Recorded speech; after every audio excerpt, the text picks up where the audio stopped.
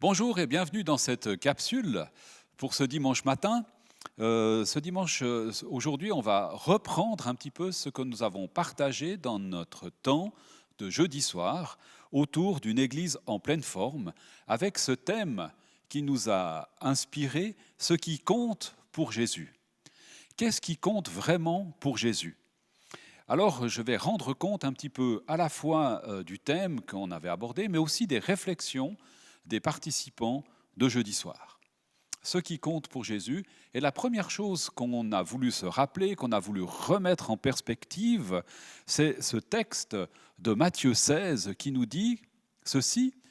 Jésus lui dit « Tu es heureux, Simon, fils de Jonas, car tu n'as pas découvert cela de toi-même. » De ce qu'il a découvert, c'est ce qu'il a dit juste un petit peu avant, en parlant de Jésus. « Tu es le Christ, le Fils de Dieu, etc. » Mais c'est mon Père qui est dans les cieux qui te l'a révélé. Eh bien moi je te le déclare, tu es Pierre, et sur cette pierre je bâtirai mon église. La mort elle-même ne pourra rien contre elle. Je bâtirai mon église, dit Jésus. Donc nous sommes dans cette perspective de construction de l'église, d'une église en pleine forme, mais en même temps Jésus nous dit lui-même, je bâtirai mon église. Et nous sommes acteurs en fait, ou collaborateur dans la construction de l'Église que lui-même est en train de bâtir. Donc, le fait ou la nécessité de prendre du temps à écouter ce que Jésus veut, ce que Dieu veut pour son Église, nous semble vraiment quelque chose de fondamental. Le deuxième texte qu'on a travaillé, ou qu'on s'est remis, ou qui nous a remis dans une certaine perspective, c'est le texte de Colossiens 1, verset 18, qui nous dit, c'est Jésus qui parle, enfin on parle de Jésus, donc Jésus, est la tête du corps qui est l'Église. Il est le commencement, le fils premier-né, le premier à avoir été ramené d'entre les morts, afin d'avoir en tout le premier rang. Et souvent, dans les épîtres pauliniennes, il est question du corps de Christ. Et ce corps a une tête, elle a cette tête, c'est Jésus-Christ. Même perspective, nous sommes appelés à être les membres de ce corps, mais nous ne sommes pas nous-mêmes la tête. Nous sommes comme dans une position, disons, d'obéissance et de soumission à ce que la tête décide, finalement, veut faire. Le premier petit exercice que j'ai demandé aux participants de réaliser jeudi, on est dans un parcours qui s'appelle « Écouter la voix de Dieu ». On a mis en route toute une série de petits groupes de maisons éphémères dans cette perspective-là. Et puis une cinquantaine de personnes de la communauté ont rejoint finalement différents groupes pour participer à ce parcours offert par Campus pour Christ qui s'appelle « Écouter la voix de Dieu ». Et donc, on a mis ça en pratique. On a pris un temps, jeudi soir, par petits groupes ou bien seul, comme les participants avaient envie, pour se pencher sur cette question en se disant, mais qu'est-ce que Dieu est en train de nous dire par rapport à une église en pleine forme, par rapport à ce qui compte vraiment pour Jésus ? Et j'aimerais vous faire un petit retour, finalement, sur nos réflexions ou sur les réflexions du groupe de jeudi soir sur ce qui compte vraiment pour Jésus. Alors, la première chose qui est ressortie, c'est qu'on est appelé à dépendre de Jésus. Donc, par rapport à ces textes qu'on a vus aussi avant, il est le corps, il est la tête, etc. On veut dépendre de Jésus. Mais aussi, on veut dépendre les uns des autres. On sent bien qu'on a besoin, qu'on est un corps et qu'on a besoin d'être ensemble. On n'est pas tout seul. Donc, on a besoin des uns des autres aussi. Donc, on a une dépendance. Alors, le terme de codépendance a été abordé, mais la codépendance est un peu péjoratif. On est dans un système un peu pas très juste, mais dépendre les uns des autres nous semblait important. Reconnaître aussi, avoir cette position de reconnaître que c'est Christ qui est à la tête, qui est celui qui construit, nous semblait quelque chose de vraiment important, de se le rappeler, d'intentionnellement et d'être dans cette position que c'est Christ qui construit son Église. mais aussi la question de verbaliser, de dire qui il est, de témoigner en fait de cette voilà, de Christ lui-même en fait. Il y avait la question du témoignage qui est ressortie de manière importante dans la soirée. Et puis aussi cette dimension qu'il désire que tous soient réconciliés avec lui. Cette perspective finalement que l'Église, elle est appelée aussi à porter plus loin le message de Christ en fait. Cette volonté que Christ a de réconciliation. Alors, ce n'est pas seulement pour les gens de l'Église, mais c'est quelque chose qu'on a reçu et qu'on est appelé à transmettre plus loin. Et ça va ressortir aussi dans le reste de la soirée avec la question de l'amour qu'on abordera dans un petit moment. Et puis,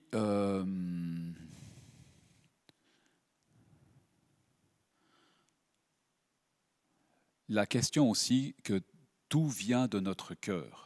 En fait, Christ nous met des choses en nous. En fait, on agit toujours avec ce qui habite notre cœur. Et ce n'est pas seulement un raisonnement, ce n'est pas seulement quelque chose comme ça, mais cet amour, cette relation qu'on a avec lui, le fait d'avoir été pardonné, tout ça habite notre cœur. Et c'est de ce qui habite notre cœur qu'on va agir et transmettre plus loin des valeurs, mais aussi cette question de relation avec lui.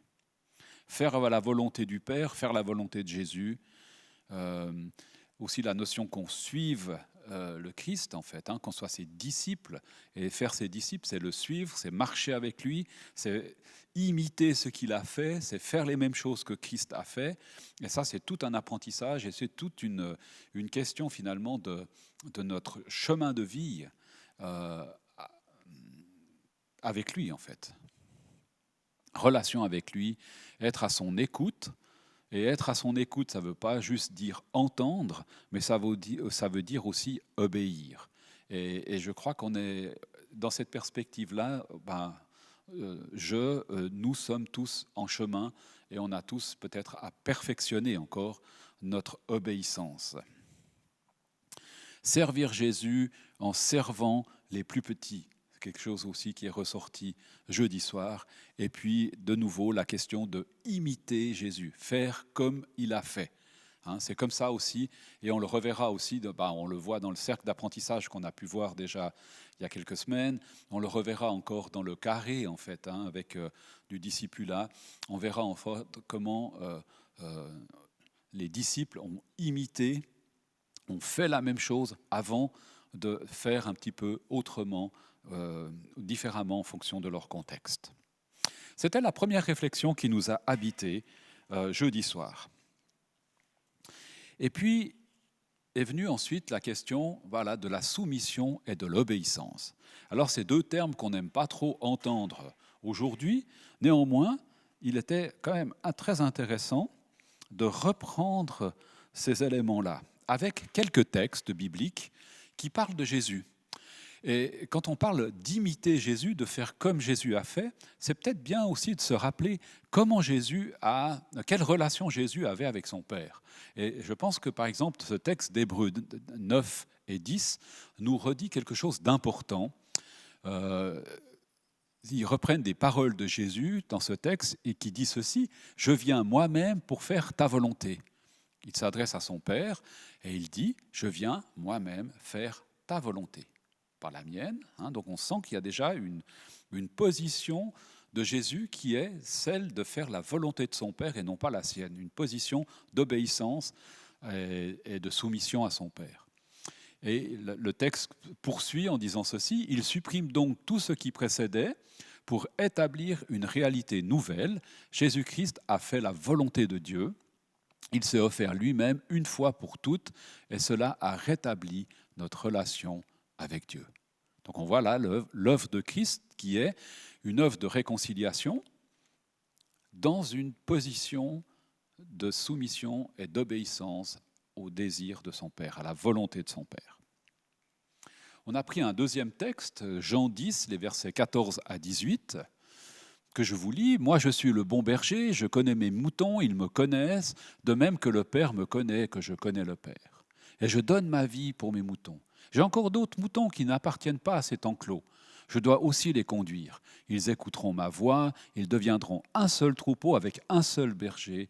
C'est pour cette raison que le Père m'aime, parce que je donne ma vie, pour ensuite la recevoir à nouveau. Personne ne me prend la vie, mais je la donne volontairement. J'ai autorité pour la donner et j'ai autorité pour la recevoir à nouveau. Cela correspond au commandement que mon Père m'a donné. De nouveau, là, on voit Jésus dans cette attitude de dire, ben voilà, je vais réunir mon troupeau, en fait, mes moutons. Voilà, et il y en a qui sont dans cet enclos, il y en a d'autres qui sont dans un enclos, mais on va les mettre tous ensemble, et ça va faire, il y aura un seul berger. Et ce berger, bien sûr, ça semble évident que c'est le Christ, mais et il va donner sa vie pour ses moutons, et il va la reprendre. Il a cette autorité, et cette autorité correspond à un commandement qu'il a reçu de son Père. Vous voyez, c'est pas de nouveau, il n'agit pas de son propre chef, il agit dans cette soumission et cette autorité à son Père.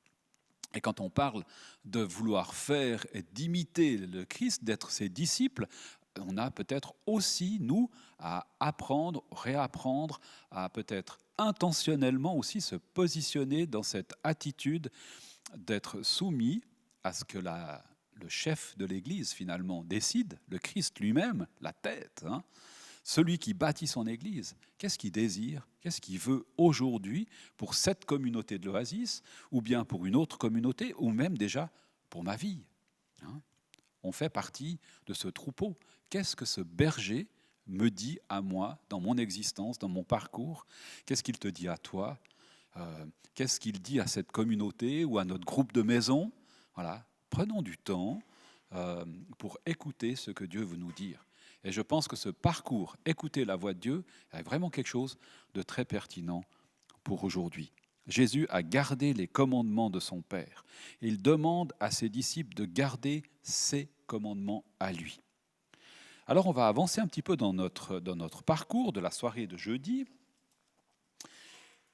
Et un troisième texte, peut-être encore, avant d'aller plus loin, Jean 12 au verset 49, que Jésus parle, et il dit « En effet, je n'ai pas parlé de ma propre initiative, mais le Père qui m'a envoyé m'a ordonné lui-même ce que je devais dire et enseigner, et je le sais, ce qu'il ordonne conduit à la vie éternelle.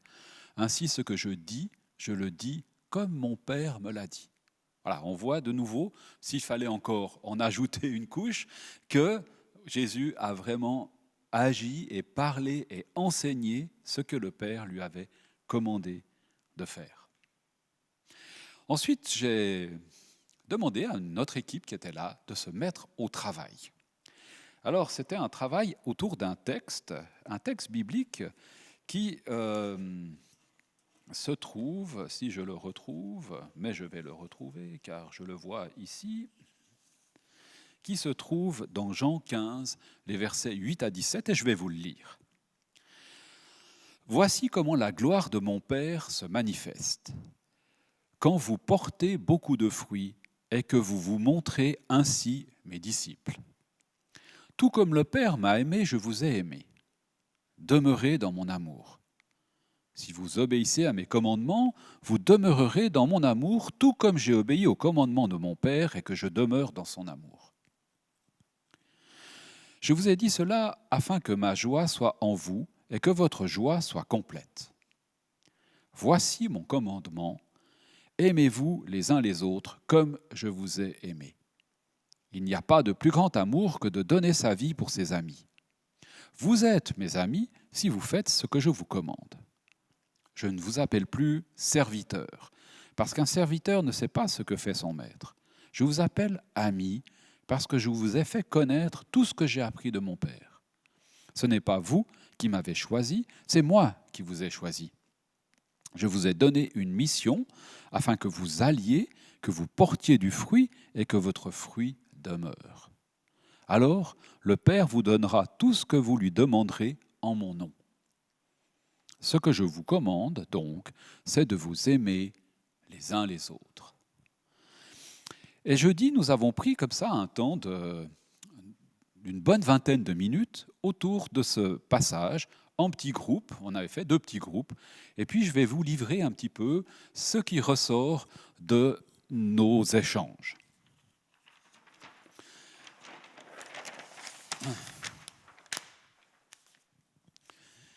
Il y avait, et c'est ressorti très fortement, la question d'aimer et d'être aimé.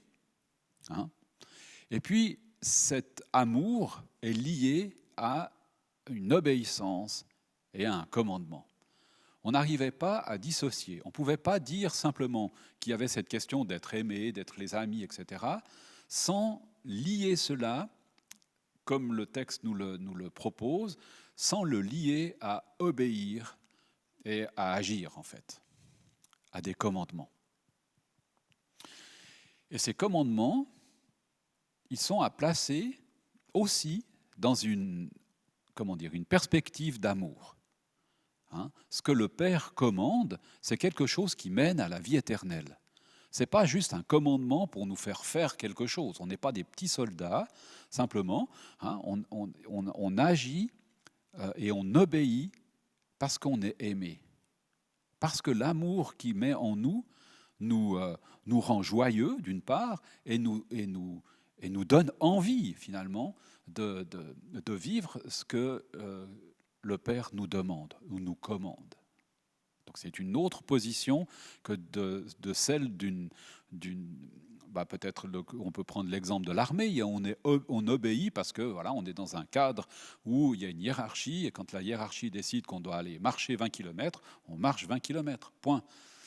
Ici, on va marcher 20 km, mais ce n'est pas parce qu'on a juste reçu un ordre, c'est parce qu'il y a cet amour qui habite en nous et on a envie de le faire, on a envie d'obéir parce que cet amour nous y pousse en fait, ou nous motive à faire cela. Peut-être que les 20 km, ce n'est pas un bon exemple en fait. Et puis, ce qui est ressorti aussi très fortement, c'est que Jésus est vraiment l'exemple que l'on a envie de suivre. On a envie de vivre les choses que l'on découvre. On a envie de porter du fruit comme Jésus a porté du fruit. On a envie de cette connexion, de cette relation d'intimité avec le Père, avec le Fils, avec le Saint-Esprit, comme Jésus a vécu cette relation avec son Père. Et on s'est souvenu aussi d'un autre texte qu'on n'a pas cité ce soir, aussi qui est dans Jean, et qui dit « Sans moi, vous ne pouvez rien faire ». Cette notion du cep et du sarment. Le sarment, il porte le fruit, mais s'il n'est pas relié au cep, s'il n'y a pas la sève du cep qui coule dans le sarment, il ne portera pas de fruit. Donc cette relation d'intimité, cette connexion intime avec Jésus, on en a besoin, c'est nécessaire pour porter un fruit pour le royaume. Quelque chose qui n'est pas de ce monde, en fait. Ce n'est pas le fruit du monde, ce n'est pas du rendement, ce n'est pas du chiffre que l'on veut faire. C'est porter un fruit selon les valeurs du royaume, transmettre cet amour plus loin, etc. Donc voilà, Jésus comme exemple. Agir non pas pour simplement obéir, obéir au commandement seulement pas, juste pas pour faire plaisir à Dieu, par exemple, mais c'est parce qu'on est aimé, parce qu'on a reçu son amour, parce que cet amour coule en nous, qu'on a envie d'obéir. Donc on obéit parce que et non pas pour. C'est peut-être un jeu de mots, mais enfin, ça nous a semblé quand même quelque chose d'important. Et puis il y avait aussi quelque chose de fondamental, finalement, c'est donner accès à cet amour à d'autres personnes. Ça veut dire qu'on le reçoit, mais on ne le reçoit pas pour le garder pour nous, on le reçoit pour le transmettre plus loin, pour le partager, pour le multiplier auprès d'autres personnes. Et c'est un peu cette notion de disciples qui font d'autres disciples. On transmet plus loin cet amour qu'on a reçu pour que d'autres en soient les bénéficiaires aussi. C'est la question ou la notion de la multiplication. Ça part du Père qui a transmis ou qui a donné des ordres à son Fils, qui nous les donne à nous, et à nous de les transmettre plus loin à d'autres personnes. Une chose qui nous a aussi très interpellés, Bien entendu, et voilà, c'est le message même de la croix finalement, c'est Jésus qui donne sa vie pour ses amis. Et la question qu'on s'est posée, c'est comment est-ce que moi je donne ma vie pour mes amis? Qu'est-ce que je donne de mon temps, de mes ressources, euh, voilà, de ce qui m'habite pour mes amis, ceux qui m'entourent? Et Jésus va même plus loin en disant mais qu'on doit aussi aimer nos ennemis. Donc ça va même encore plus loin que juste nos amis en fait. Hein. Comment est-ce qu'on se comporte dans notre monde aujourd'hui, un monde un peu égoïste, un monde un peu voilà où on garde un peu les choses pour nous. Et Jésus nous dit mais non, vous êtes appelés à transmettre cela plus loin, à le donner plus loin, à même donner sa vie pour ses amis. Alors je ne pense pas qu'on est appelé à être crucifié sur une croix pour nos amis. Je pense que Christ l'a fait pour nous, c'est fait. Et on en est tous les bénéficiaires. À partir de là, comment est-ce que moi, je donne quelque chose pour mes amis, mes voisins, mes collègues, même ceux qui sont peut-être un peu, des fois, difficiles. Ça a été notre parcours de jeudi, en se rappelant vraiment cette perspective que Jésus est à l'écoute des instructions de son Père. Et puis, on a relevé quelques autres éléments que je vous le cite comme ça. Dans ce texte que je vous ai lu, il y a beaucoup de fois le « comme ». Et le « comme », c'est l'exemple, c'est le parallèle. Hein. Voilà. Comme moi j'ai fait, je vous demande de faire. Comme moi j'ai obéi, je vous demande d'obéir. Comme moi j'ai aimé, je vous demande d'aimer. Voilà. Ce « comme » faisait partie de ce texte, c'était important. C'est en faisant la volonté du Seigneur, Père, Fils, Saint-Esprit, que nous sommes dans la joie et la paix, dans son amour inconditionnel. On voit qu'il y a plusieurs fois des « si » dans ce texte qui parlent d'amour. Si vous faites cela, je vous serai aimé, etc. Et l'amour dont il est parlé, c'est en même temps un amour qui est inconditionnel. Donc il y a une condition pour recevoir un amour inconditionnel. Et ça, c'est un petit peu les paradoxes aussi que l'on trouve des fois dans les textes bibliques. Et c'est juste joyeux et bon de se le redire. Il n'y a pas une liste de commandements à obéir pour mériter l'amour du Père. Et si on se rappelle de ce texte de Jean 3,16 bien connu, Dieu a tant aimé le monde qu'il a donné son Fils, il n'y a pas un commandement pour mériter l'amour. On ne le mérite pas, c'est vraiment une question de grâce. Et puis on s'est rappelé aussi que dimanche passé, on a parlé de ce triangle relationnel, de la relation avec Dieu, le haut, la relation avec les personnes de la communauté, qui est la relation interne, et puis la relation externe avec les autres personnes. Et dans ce texte, on retrouve en fait, ou dans les commandements que Jésus nous donne, on retrouve ces trois dimensions d'aimer Dieu, donc la relation verticale, si je peux dire comme ça, aimer son prochain comme soi-même, la version sur l'extérieur, mais aussi aimez-vous les uns les autres, qui est à la fois une relation interne et à la fois une relation aussi sur l'extérieur. Alors après, pour conclure, je disais aussi ceci, je ne sais pas s'il est bien de dire que ce qui compte pour Jésus, c'est des disciples qui font des disciples.